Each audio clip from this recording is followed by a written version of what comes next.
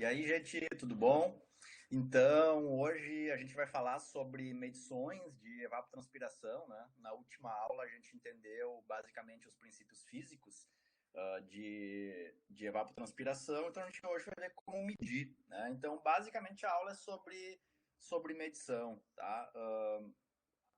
Então, olha só, a gente entendeu esse momento, né? Que, digamos assim, ele pode ser analisado do ponto de vista do balanço energético, né? Então, alguns métodos, né, que utilizam, digamos assim, que são utilizados para medir a evapotranspiração, eles se baseiam no que a gente chama de balanço de energia, tá? Então, esse balanço de energia, ele basicamente considera, né, todo o balanço de ondas curtas, ondas longas, fluxo de calor no solo e fluxo de calor latente. Então, quando a gente fala, por exemplo, balanço de energia, a gente estima, né, o calor latente com base no resíduo da equação do balanço de energia, né? E aí, claro, os termos menores, eles são, digamos assim, desprezados, né? Ou eles não são considerados, por exemplo, fotossíntese, né? Processos advectivos, dependendo do local, né? Deixa eu ver o que mais, processos de armazenamento de energia no dossel. Então, isso, por exemplo, em questões normais, são frações muito pequenas do balanço energético, né? Então, isso acaba sendo desconsiderado. Então, normalmente, quando a gente fala em medição por balanço de energia, a gente está se referindo a, basicamente, os quatro termos, né? Saldo de radiação, fluxo de calor no solo, fluxo de calor sensível e fluxo de calor latente, tá? Bom, da mesma forma que a gente faz balanço hídrico, né? Quer dizer, balanço de energia, a gente faz balanço hídrico também. Então na verdade, em vez de trabalhar com energia, a gente vai trabalhar com massa. Então, o balanço hídrico, ele envolve basicamente a entrada e saída de água num determinado local que tem uma área conhecida, né? Então se analisa, por exemplo, né, quanto choveu numa determinada bacia, né, quanto escoou, né, através de vazão, através dos rios, né, dessa bacia, quanto infiltrou no solo, né, quanto foi a variação de armazenamento de água subterrânea. Então, normalmente, também se isola, né, o termo evapotranspiração, considerando então todos os outros componentes do balanço hídrico, né? Bom, então esses são métodos, digamos assim, que são, eles não são mais simples, todos têm complexidades, né, todos têm uma certa dificuldade que eu vou falar um pouquinho mais adiante.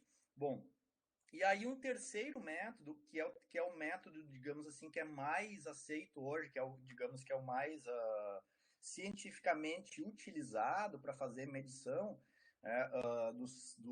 da evapotranspiração, ele chama correlação de vórtices turbulentos. Primeiro que vocês estão vendo que é uma correlação, né? Então, quer dizer, a gente mede basicamente velocidade do vento, tá? Tanto uma velocidade vertical quanto horizontal, e mudanças na temperatura e nos constituintes atmosféricos, né? Então, na verdade, é feita uma análise de correlação entre mudanças no vento e mudanças na concentração, né, de constituintes atmosféricos.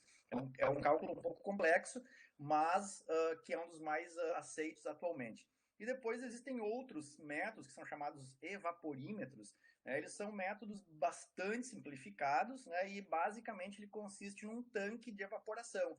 E esse tanque, então, na verdade, ele tem o seu nível medido, né? E essa flutuação no nível, então, vai estar relacionada com a evaporação, né?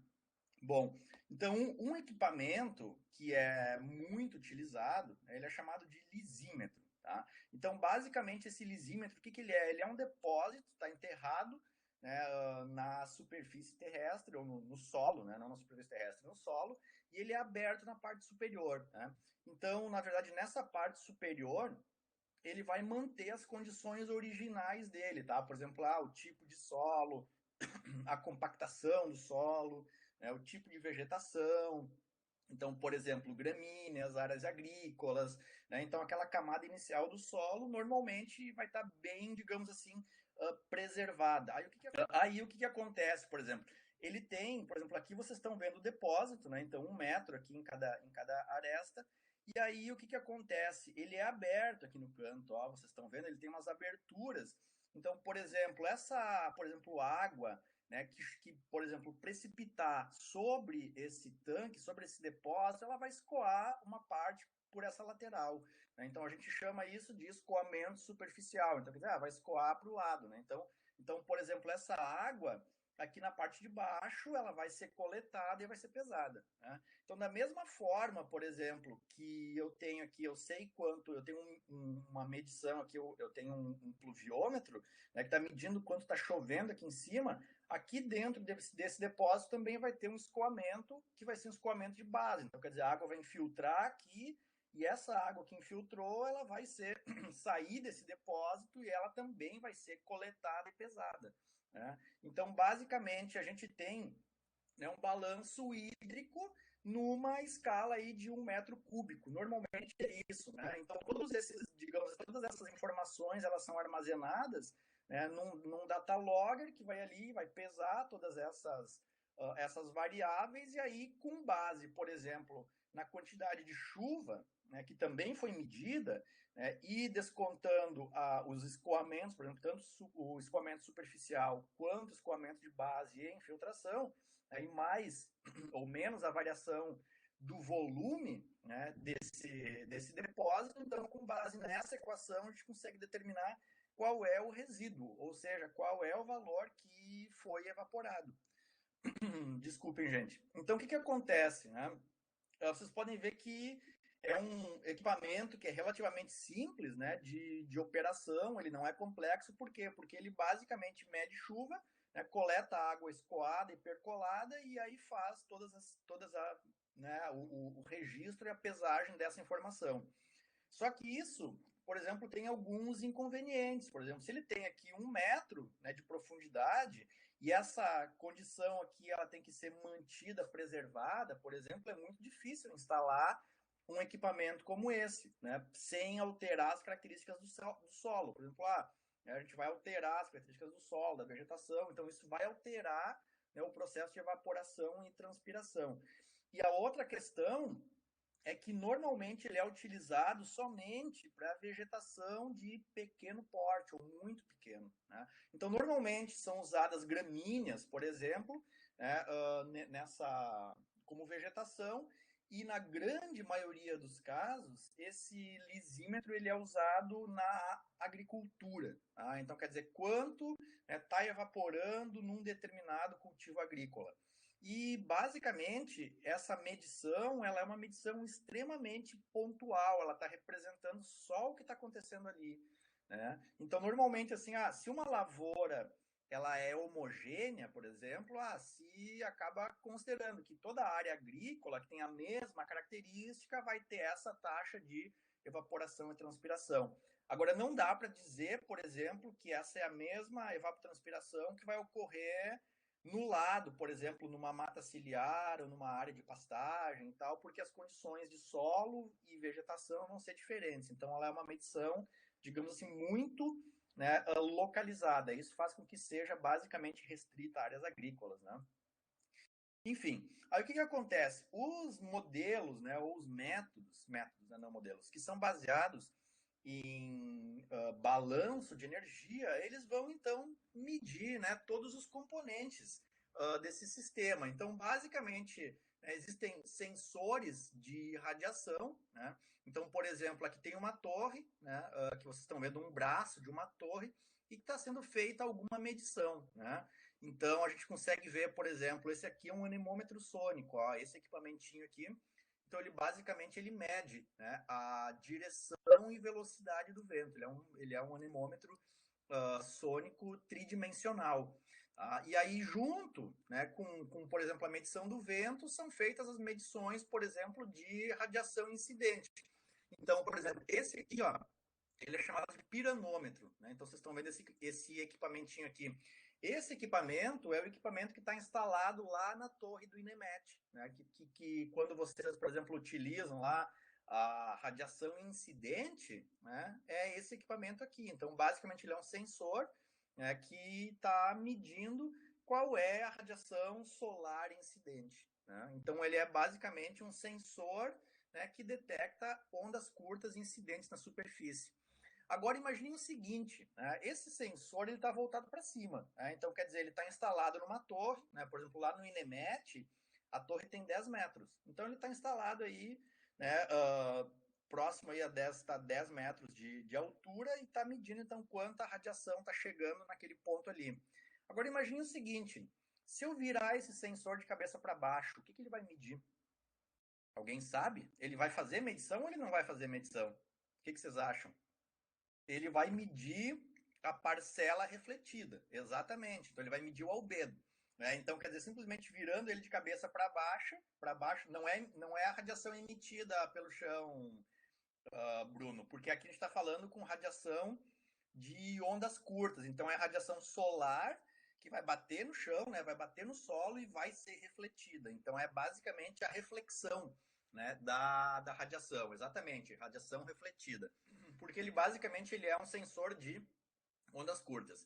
Então, por exemplo, esse aqui, ó, ele é chamado de saldo radiômetro, tá? Então, quer dizer, ele tem um sensor aqui, que é um piranômetro, né? Então, o piranômetro tá voltado para cima, ele está capturando, está medindo o que está chegando, e esse piranômetro aqui, ele está voltado para baixo. Então, ele tá medindo, está captando exatamente o que está sendo refletido em ondas curtas. Então, esse equipamento aqui, ou esse lado, digamos assim, esse lado esquerdo, ele corresponde ao componente de ondas curtas.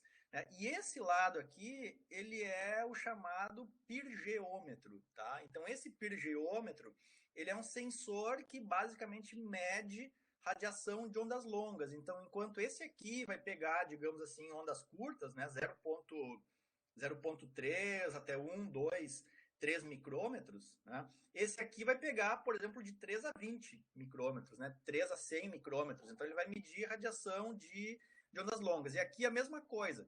Então, nesse caso, quando, né, ele está voltado para cima, ele está capturando, ele está medindo o que está chegando de radiação de ondas longas. E essa radiação de ondas longas, ela é, então, emitida pela atmosfera. Então, quer dizer, os constituintes atmosféricos emitindo radiação para baixo, né, e vai ser capturada por esse aqui. Agora, quando esse pirgeômetro está voltado para baixo, né, ele basicamente ele vai medir o que é emitido, aí sim, Bruno, quando é emitido pela superfície terrestre. Tá? Então, nesse caso, um pirgeômetro voltado para baixo mede a radiação emitida pela superfície terrestre naquela temperatura. Tá? E aí, basicamente, assim se começa. Então, esse método, né? Baseado em balanço de energia. Então, ele tem várias, digamos assim, alternativas, métodos mais simples e métodos um pouco mais complexos. Aí, esse método aqui, ele é chamado de correlação de vórtices turbulentos, tá? Então, ele basicamente ele mede flutuações, né, na velocidade vertical do vento e propriedades da atmosfera. Então, basicamente, né, conhecendo as características da atmosfera, por exemplo, e aí, considerando as flutuações médias que a gente vai ter na umidade, né, e no vento, então a gente pode determinar qual é o calor sensível e qual é o calor latente. Tá? Então, o que acontece? O que esse calor latente e calor sensível, desculpem. Tá? Então, esse método chamado ED covariance, ou covariância de vórtices turbulentos, ele é normalmente associado a dois equipamentos. Tá? Como eu falei antes, um anemômetro sônico tridimensional, que seria esse aqui, e esse aqui é um chamado analisador de gás infravermelho. Então, vocês estão vendo aqui, ó, esses quatro, digamos assim, essas quatro estruturas aqui sustentam, então, um analisador de gás, né, que tem, então, um emissor e um receptor instalados aqui. Por exemplo, aqui, então, eu tenho um emissor, tá, de radiação infravermelha e aqui embaixo eu tenho, então, um receptor. Aí, o que acontece? Por exemplo, esse emissor de radiação infravermelha, ele está emitindo, tá, em altíssima frequência, né, pulsos de radiação eletromagnética, tá? E aí o que acontece? Conforme o vento, por exemplo, ele vai passando por aqui, o que vai acontecendo? A concentração, né, de moléculas nesse volume conhecido aqui, ela vai mudando. Então, o que vai acontecer? O receptor aqui embaixo, né, o receptor que vai estar instalado ali embaixo, ele vai detectar por exemplo, quanta radiação está chegando, né, naquele ponto ali. Então, por exemplo, isso vai estar calibrado para mais ou menos radiação, né, de acordo com os constituintes atmosféricos. Então, por exemplo, né, se tem muito vapor d'água, significa que muita radiação vai ser absorvida, né, pela atmosfera ou por esses constituintes. Agora, se não existe vapor d'água, né, flutuando ou passando por ali, quer dizer que mais radiação infravermelha vai chegar no receptor. Né? Então a gente vai ter uma variação. Então essa, digamos assim, variação na quantidade de radiação infravermelha que chega ali vai ser associada, então, vai ser calibrada, né, com concentrações atmosféricas. Isso pode ser, por exemplo, vapor d'água, isso pode ser CO2, CH4, nitrogênio, então uma série de constituintes que são, digamos assim, importantes do ponto de vista do balanço energético terrestre e dos gases de efeito estufa, por exemplo. Né? Então ele é muito utilizado. A gente normalmente utiliza ele para o nosso grupo, né? Para fazer medições de água. Né? Agora, outros grupos, eles medem, por exemplo, o CO2 atmosférico. Então, por exemplo, medindo o CO2 atmosférico, daria para saber, né, se os fluxos de CO2 eles aumentam ou eles diminuem, né, de acordo com as características de uso da terra que a gente tem embaixo. Né? Então, quer dizer, o que vai acontecer aqui? Né? Então, em função, por exemplo, da gente saber, né, qual é a direção e velocidade do vento, a gente pode saber se esse fluxo ele é ascendente, se esse fluxo é descendente. Né? E aí a gente sabe, por exemplo, se a superfície ou a atmosfera eles estão emitindo ou absorvendo, por exemplo, vapor d'água ou carbono. Né? Aquele ali, por exemplo, esse sensor aqui, ele é chamado de analisador de gás infravermelho de caminho aberto. Tá? Então, o que é esse caminho aberto? Basicamente, o vento sopra por aqui e ele passa. Né? Então, quer dizer, então ele passou por ali e basicamente ele acaba registrando, né? O sensor acaba registrando. Agora, esse aqui, por exemplo, é um analisador de gás de caminho fechado. Ou seja, vocês estão vendo aqui que tem um pequeno recipiente, né? Ele coleta amostras, por exemplo, uma parcelinha minúscula do ar, né? Conduz essa parcela até um analisador de gás fechado, e aí é feita aqui a emissão de radiação. Então, aqui vocês podem ver, ó, né? Então, quer dizer, emite radiação infravermelha, e aqui em cima está o receptor. Né? Então, ele está detectando, né, de acordo com o número de moléculas que tem aqui dentro, quanta radiação chega aqui. Né? E aí essa, digamos assim, relação vai ser calibrada para uma certa concentração. Né? Então, ao mesmo tempo que a gente sabe, por exemplo, qual é a concentração, a gente sabe também qual é a direção. Né? E aí, com base nisso, pode-se determinar, por exemplo, qual é o fluxo. Né? Se ele está aumentando ou diminuindo. Né? Então, o que acontece normalmente? Né? Esse sensor ele é instalado, por exemplo, numa torre, né? E aí ele está instalado normalmente em múltiplas alturas. Né? Então, por exemplo, olha só, como ele depende da velocidade do vento, significa que o fluxo de origem vai ser dado, né, pela altura, né, na qual o sensor está instalado, e também da direção e velocidade do vento. Então, por exemplo, nesse caso aqui, ó, imagine o seguinte, que o vento está soprando daqui para cá. Então, vocês podem ver que esse sensor aqui, esses sensores, eles vão estar capturando o que vem daqui. Né? Então, quer dizer, quanto mais alto e quanto mais vento, maior vai ser a área de abrangência. Né? Então, ele vai estar capturando tudo, né, o que está acontecendo embaixo, digamos assim, dessa área. Essa, digamos assim, a área a gente chama de footprint, ou traduzindo para o português, né, seria uma área de abrangência dos fluxos da torre. Né? Então, quer dizer, da onde está vindo. Então, por exemplo, nesse caso aqui, ó, né, a gente está vendo o seguinte, quer dizer, não é aqui, ó, na verdade o sensor está instalado aqui, ó, no pontinho vermelho. Né? Então, vocês podem ver que o fluxo dele está vindo dessa área aqui, então essa é a área de abrangência. Então, quer dizer, o que ele está medindo, né, em termos de CO2, de vapor d'água, né, de metano, ele está vindo, por exemplo, dessa área aqui. Né? Então, isso depende basicamente da altura e direção e velocidade do vento. Né? Bom, a pergunta é, né, por que a gente não utiliza uma rede dessas para monitorar fluxos, né, de vapor d'água na atmosfera? Porque normalmente A operação, normalmente não. A operação, né, desses equipamentos é muito complexa, né? E não é, por exemplo, tal como um sensor, né, de temperatura, por exemplo, ou umidade, que simplesmente instala ali, registra e era isso.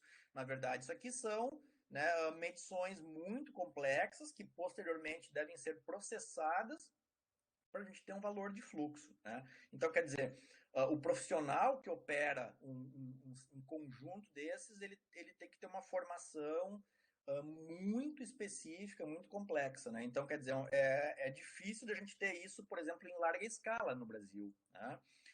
Aí o que acontece? Esse é um grande problema. O segundo problema é que esses equipamentos, principalmente esse analisador de gás, ele é um equipamento muito caro. Né? Então ele tá na faixa, digamos assim, de 80 a 100 mil, tá? Dólares. Né? Então, cada sensor, por exemplo, ele tem um valor aí, traduzindo agora para reais, alguma coisa próximo de 500 mil reais. Né? Então, por exemplo, do ponto de vista de operacionalização de uma rede dessas no Brasil, isso é quase inviável, né? Tanto pelo custo e complexidade. E aí o que acontece? Então, a rede que existe hoje no Brasil, a gente chama ela de rede experimental. Ela não é uma rede operacional, por exemplo, como do INEMET. Por quê? Porque o INEMET está em todos os locais, né, tem o pessoal, os técnicos qualificados para fazer a leitura, o tratamento dos dados, e essa aqui não. Essa aqui, pelo fato de ser uma rede muito cara e muito complexa, né, ela não é uma rede operacional, né, por exemplo, operada pela ANA ou pelo Instituto Nacional de Meteorologia. Né? Então, normalmente são grupos de pesquisa que fazem as medições. Então, eu acho que hoje o que a gente tem no Brasil deve ser alguma coisa do tipo 50 torres. Né? Não mais do que isso, que estão em funcionamento, digamos assim. Então, são muito poucas torres, né? E são torres então, que são instalados em locais muito específicos. Então, aqui a gente pode ver, por exemplo, quando a gente está medindo, por exemplo, um balanço radiativo, balanço de radiação, ondas curtas e ondas longas, né, significa que o fluxo, ou que o balanço, na verdade, ele é todo vertical, né? Quanto está chegando de radiação num ponto, quanto está saindo. Então, a medição ela é completamente vertical. Ela não depende, basicamente, do que está nas adjacências. Agora, quando a gente mede, por exemplo, então, os fluxos baseados num sistema de covariância de vórtices turbulentos, a gente já está considerando, né, o que está próximo à torre. Então, quer dizer, quais são os processos que estão ocorrendo dentro dessa área de abrangência. Enfim, aí nós temos outros métodos que são chamados, né, que são baseados na razão de Bowen. A gente viu a razão de Bowen, né? Então, basicamente, a razão de Bowen, ela é, por exemplo, o H sobre LE. Né? Só que, normalmente, tanto, né, o H quanto o LE, eles são difíceis de serem medidos. Então, quer dizer, o que acontece? Né? Para tu medir LE, tem que ter um sistema de covariância de vórtices turbulentos. Né? E aí, como ele é um equipamento muito caro, né, ele não é experimental. Então, por exemplo, os métodos baseados em razão de Bowen, eles são muito mais simples e muito mais baratos. Né? Então, quer dizer, basicamente, quando a gente utiliza uma razão de Bowen, né, um método baseado na medição por razão de Bowen, o que a gente faz? A gente usa aqueles sensores, né, os piranômetros, pirgeômetros, os saldo-radiômetros, e, além disso, né, são feitas medições, por exemplo, de temperatura e umidade em níveis diferentes. Tá? Então, por exemplo, a gente tem um sensor, né, de temperatura e de umidade que está instalado bem próximo à superfície, então, por exemplo, aqui embaixo, né, e depois tem um outro, por exemplo, que está aqui em cima, 2 metros, 3 metros. Então, normalmente, a razão de Bowen, ela utiliza uma altura de referência. Né? Então, normalmente, é próximo à superfície, quer dizer, poucos centímetros, né, 5, 10 centímetros, acima da superfície, 2 metros ou 10 metros. E aí, com base nessas medições, por exemplo, da radiação incidente, né, das variações de temperatura e umidade, né, e pressão de vapor, a gente pode, então, derivar qual é o fluxo de calor latente. Né? Ele é um pouco mais incerto, digamos assim, por quê? Porque a gente está estimando, né, os fluxos de calor latente com base em medições de temperatura e medições de umidade ou pressão de vapor d'água. Né? Então, ele não é, digamos assim, uma medição direta. Né? Então, ele é uma medição, digamos assim, um pouco mais ou indireta. E para finalizar, gente, a gente tem esse evaporímetro aqui, né? Ele é chamado de tanque classe A. É extremamente simples, extremamente barato, né? Então, quer dizer, se coloca um tanque, então esse tanque ele é totalmente padronizado, né? Para que ele possa ser comparado com diferentes áreas no globo. E basicamente, então, dentro desse tanque se mantém uma camada, um volume de água, e aí a gente vai medindo basicamente a variação, né, de água dentro desse tanque. Então, essa variação ela vai ser associada à evaporação. Então, por isso que ele é chamado de evaporímetro. Então, é muito simples, né, e muito barato. Só que o que vai acontecer? Esse tanque de evaporação ele não vai dar diretamente o valor de evaporação, tá? Que seria, digamos assim, que ocorreria numa condição normal ou uma condição natural. Por quê? Porque, na verdade, ele vai ter toda uma estrutura, né? Então, ele tem uma estrutura de ferro ou de alumínio, né? Ele vai estar instalado numa plataforma de madeira, ele vai ter, por exemplo, se a água ficar parada muito tempo ali, ele vai, por exemplo, poder ter uma certa turbidez. Como isso aqui vai ser, por exemplo, ferro, alumínio, ele vai ter, por exemplo, influência de radiação lateral, né, e transferência de calor sensível. Então, normalmente, digamos assim, esse método, ele acaba gerando, tá, um volume de evaporação maior do que seria encontrado numa condição natural. Né? Então, normalmente, o que se faz? Né? Então, se determina, por exemplo, um fator K, né? Então, quer dizer, a evaporação ela seria dada pela evaporação do tanque, né? Então, isso é chamado tanque Panta também, e essa evaporação do tanque então é multiplicada por um coeficiente, né? Um fator aqui que é ajustado empiricamente, tá? Então normalmente esse valor K ele assume aí, esse coeficiente K ele assume um valor de 0,7, tá? Então quer dizer 70%, né? Mas ele, né, dependendo do local, né, dependendo das condições atmosféricas, ele pode então variar entre 0,59 e 0,84, né? Então é difícil, digamos assim, de ter um valor que é obtido com bastante certeza. Né? Mas ele é muito interessante por quê? Porque é extremamente barato e ele indica qual é a evaporação que está acontecendo, né? Com uma certa superestimativa. E depois, né, para finalizar, digamos assim, o último método, a gente tem aqui um método de balanço hídrico. Então, o que é esse balanço hídrico? Basicamente, né, todos os processos eles são medidos. Então, se a gente considerar, por exemplo, uma bacia hidrográfica, a gente pode, por exemplo, determinar. Né? Então, a gente tem aqui a variação quer dizer, o volume, né, ou de água no solo. Então eu teria, né, esse balanço dado, né, pela precipitação menos ET menos a vazão. Né? Então, se a gente, por exemplo, desprezar essa variação que ocorre no tempo, por exemplo, né, de armazenamento de água na bacia, a gente pode simplificar essa equação, por exemplo, a 3 termos. Né? Então, quer dizer, vazão seria igual chuva menos ET. Só que para a gente desprezar essa variação de armazenamento de água na bacia, a gente precisa considerar períodos relativamente longos. Né? Então, por exemplo, vários anos, né? 10 anos, 20 anos. Então, nesse caso, a gente assume que a variação de armazenamento de água na bacia ela tende a zero, ela pode ser minimizada. Então, nesse caso, a gente consegue estimar, por exemplo, qual é a evapotranspiração daquela área. Por quê? Porque se eu tenho uma grande bacia, por exemplo, eu posso medir, né, lá no exutório qual é a vazão de saída, né, dessa bacia. E da mesma forma, instalando então pluviômetros sobre toda a área da bacia, a gente pode determinar quanto chove, né, sobre sobre essa bacia. Então eu sei, né, quanto choveu, quanto saiu da bacia através de vazão, então a gente pode determinar, então, com base nessa diferença, qual seria a evaporação e a transpiração, né? Bom, aí o que acontece, né? Então existem, digamos assim, outros métodos que são métodos híbridos, né? Então, quer dizer, não são mais medições diretas, por exemplo, eles são baseados, né, na combinação de métodos.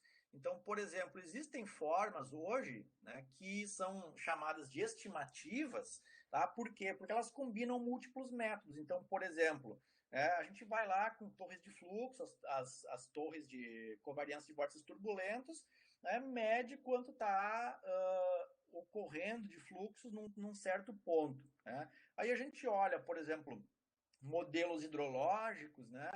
Como é que está o balanço hídrico e combina isso com, por exemplo, medições ou observações de satélite. Então, a combinação, né, desses três métodos, por exemplo, permite que a gente utilize, né, ou a gente obtenha informações espacializadas, né? Então, quer dizer, isso pode ser feito tanto, né, combinando dados de satélite quanto combinando dados medidos em campo. Então, eu botei um exemplo aqui, tá? Olha só, que é chamado de balanço hídrico, tá? Então vocês podem ver, por exemplo, aqui tem a bacia amazônica, né? Então, quer dizer, aqui eu tenho um pontinho, um quadradinho preto, vocês estão vendo, né?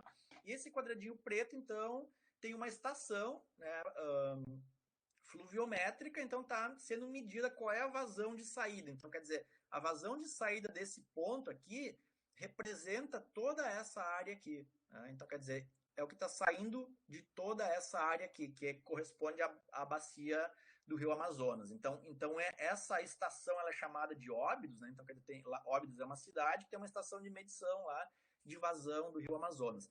Da mesma forma, as outras bacias também. Então, por exemplo, aqui tem a bacia do Rio Negro, então vocês estão vendo o pontinho aqui, dos Solimões, né? Então, cada uma desses pontinhos representa uma medição de vazão. Então, eu sei, por exemplo, quanto está saindo, né, de vazão em cada uma dessas bacias.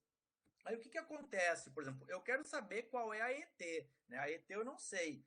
E aí, o que acontece? Eu sei o P, né? Então, quer dizer, o que é o P? Quando está chovendo. Então, por exemplo, se a gente instalar, né, pegar os dados dos pluviômetros da ANA e do INEMET, eu vou ter um campo aqui de dados de chuva, então quanto está chovendo ao longo de toda a bacia, né? Então, quer dizer, tanto no Amazonas quanto nessas outras bacias aqui. Então por exemplo, medir, né, a chuva com pluviômetros, então, por exemplo, com base em técnicas estatísticas, né, a gente pode espacializar essa informação, né? Isso vocês possivelmente viram ou vão ver em hidrologia, né, como fazer essa espacialização da precipitação medida.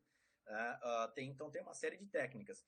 Ou outras formas, por exemplo, é utilizar dados que são detectados pelos satélites, ou seja, o satélite ele também vai estar observando, né, quanto vai estar chovendo nessas áreas aqui. Então, tem vários métodos, por exemplo. Então, nesse teste que eu estou mostrando para vocês aqui, né, a gente está utilizando dados de satélite, tá? Então, quer dizer, a chuva está vindo de satélite. E aí, esse termo aqui, gente, né, o DSDT, ele vai representar exatamente a variação, né, no volume de água armazenado na bacia, tá? Então, o que acontece? Por exemplo, aqui na Amazônia, eu tenho uma quantidade considerável, né, de águas superficiais, né? Então tem grandes rios, tem planícies de inundação, né? E ao mesmo tempo que tem água em superfície, também tem água no subsolo, né? E aí vocês podem pensar, nossa, mas como é que eu vou obter a variação de armazenamento, né, de água numa bacia, por exemplo, que tem na Amazônia, que tem 5 milhões de quilômetros quadrados, né, na verdade. A partir de Óbidos, né? E depois todas essas outras. Então, na verdade, o que acontece? Existem métodos de estimar isso. Existem, né? Então, por exemplo, hoje existem satélites né, que medem o campo gravitacional terrestre. Né? Então, por exemplo, tem uma missão que é chamada de GRACE, tá? GRACE, GRACE, né?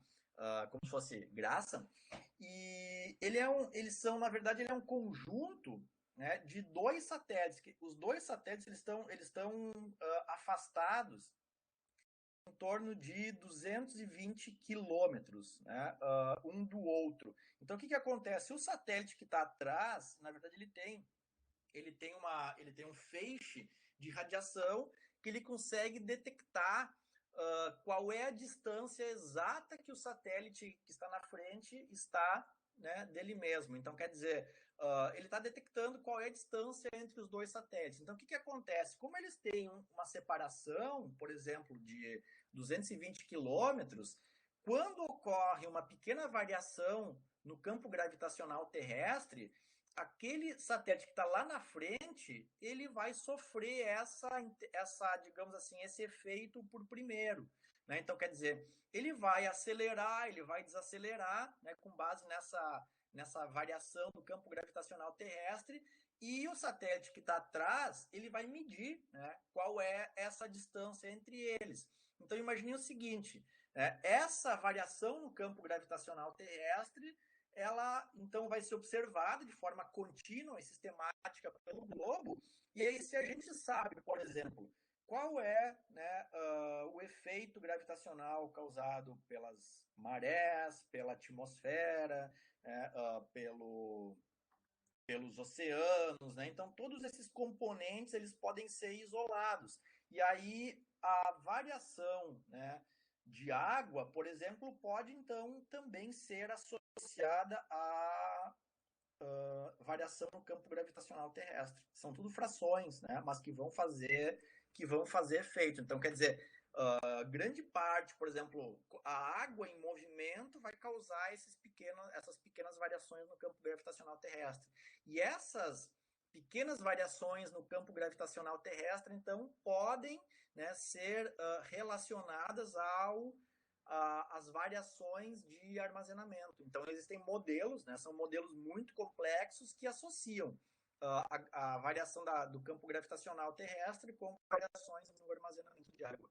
Aí o que acontece? Por exemplo, se eu tenho, né, se eu sei quanto está variando em termos de armazenamento de água, né, sei quanto chove, sei quanto sai, eu posso, por exemplo, então determinar qual é a evaporação de cada uma dessas áreas. Né? E aí, por exemplo, então, fazendo um balanço simples, né? Por exemplo, quanto choveu, quanto saiu e quanto variou em termos de armazenamento, a gente consegue determinar, né? Por exemplo, qual é, digamos assim, o valor, né, de evaporação e transpiração de uma grande área. Qual é a desvantagem, gente? É que todos esses métodos, né, por mais complexos que eles sejam, eles têm incertezas, né? A própria medição de vazão, por exemplo, a medição de chuva por satélite, a medição por pluviômetros, as estimativas, né, de variação de armazenamento. Então, cada um vai ter um pouquinho de incerteza. Né? E essa, digamos assim, incerteza, ela vai sendo propagada. Né? E aí o que vai acontecer? Então, por exemplo, aqui a gente tem uma estimativa. Então, essa linha preta com essa área cinza, ela corresponde a uma estimativa, né, de ET por balanço hídrico. E a linha azul é de um modelo, né? Então, quer dizer, uma modelagem. Então, na verdade, a gente pode perceber, né, que existe uma certa similaridade, né, na ET mensal, mas existe uma certa incerteza também. Então, vocês podem ver que nesse caso aqui, né, tá bem discrepante. Por exemplo, enquanto ele está aumentando aqui, ele diminuiu, está baixo aqui, né? Então, aumenta enquanto ele diminui. Então, vocês podem ver que em algumas bacias isso não funciona. Claro, a tendência, aqui a gente está olhando para uma escala mensal, tá? Nós estamos olhando mês a mês. Só que o que acontece? Então, quando a gente olha intervalos de tempo muito curtos, a tendência é que essas incertezas elas sejam grandes. Então, como eu falei para vocês lá no início do balanço hídrico, o ideal é olhar longos períodos. Então, quando a gente vai aumentando, digamos assim, uh, o, o período de análise, os resultados eles tendem a convergir, ou seja, uma média anual de longo período, né? Então, ela tende a ser mais, digamos assim, exata ou mais acurada do que uma estimativa de um curto período de tempo. Né? Isso acontece. Então, o que acaba, digamos assim, acontecendo? Então, com base nesses métodos, a gente pode fazer, então, a estimativa, por exemplo, de médias anuais, médias mensais, né? Só que quando a gente usa, por exemplo, o balanço hídrico, né, como uma medição, a gente tem basicamente um valor médio para toda essa área aqui. Tá? Então, quer dizer, acaba não sabendo qual é a variabilidade, né, espacial do processo. Então, por quê? Porque eu estou saindo, né, com vazão e analisando quanto está entrando. Então, tudo em termos de valores médios. Tá? Bom, gente, de leitura recomendada, tá? Tem duas leituras do Shuttleworth. Ele não tem nenhuma leitura específica, por exemplo, assim, princípios físicos, medição, estimativas, né, de forma bem